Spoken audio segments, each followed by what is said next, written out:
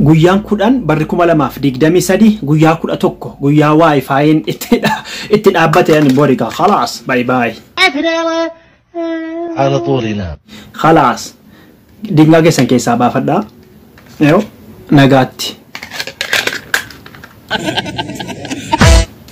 nagaatti wallamne kuno battariyaa kiyya keessa baafadheen jiraan guyyaan kudhan har'a guyyaa 11 guyyaan aduun itti dhaamaa fi interneetni itti bada jedhee ajandaan addunyaa bori wanni kana fideefi qaldii fakkeetuma qaldii qalladaa akka hubattanuufani ajandaa ummanni lixaa kun baatanii deemanuufi aduun dhaamaa fi wifi'n badaa inni bori guyyaa Oktoobar 11 barri 2023 aduun dhaamuu fi interneetni badu guyyaa boriiti namni hin beekne yoo ta'e yoo isiniif danda'ame walii share godha kana booda ajandaan addunyaa tokko gadhiifnaan kana irratti qurxii kutan aduu dhaamsuu hin danda'anu tasuma dhamaan malee kanaafuu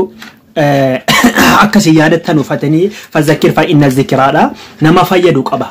boriif isin fayyada kanaafuu yaa wifi ko waggaa meeqa turkii teesse ameerikaatti nama na barsiifte suudii teesse Dubaaitti nama barsiifteetta hirriba males ijoollee bulchiteetta nama soo lolchiifte adda baafteetta kana booda nagaa walitti dhaammadha nagaatti wifi waggaa baay'ee na wajjin turte hawaawii ko har'a garuu isa xumuraati anaaf si'i akka miidiyaan addunyaa gabaasaatti har'a wal dhabnee jirra nagaatti ka wanni keessaa qabu dingaa kanaafi siimii yookaan shari'aa kiyya baafadheera dingaa kiyya keessaa baafadheera wifi nagaatti ga warroonni jaalallee keessanitti salaamata nagaa dhaammachuu barbaadan warroonni maatii biyya adda addaatii qabdan warroonni Ameerikaa teessanii Suudiitti janaa turtan warroonni Jarmanii teessanii Dubaayitti bohaa turtan خلاص باي باي يا wifi خلاص باي باي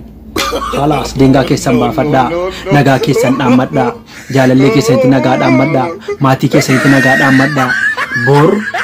Oktoobar 11 gaafa guyyaa 11 interneet balleessaa jiranii aduu dhaamsaa jiranii dhaamaa raawwantu hundiyyuu kanaafuu gizeetti nagaa dhaammadhaa ankiyya silan namantti dhaammadhuun qabu kuno dingaa kiyya keessaa fudhee siimii shari'aa kiyya keessaa luqqifadheeraan keessan akka feetan kanaafuu ergaa guddaa wanni isin dabarsu kana booda ajandaa tokko warroon lixaa yoo gadhiifte akkattiin amanne bor aduu yoo dhaame interneet haballeessan yoo bor aduun dhaame dukkanaan oolle yoo interneetni balleeffamnaan daataa fayyadamuu hafne ata'u gaamee gaafa isa sanaa boodaa haasomna borii boodaa gaafa 12 haasomna gaafa guyyaa 12 kanaafi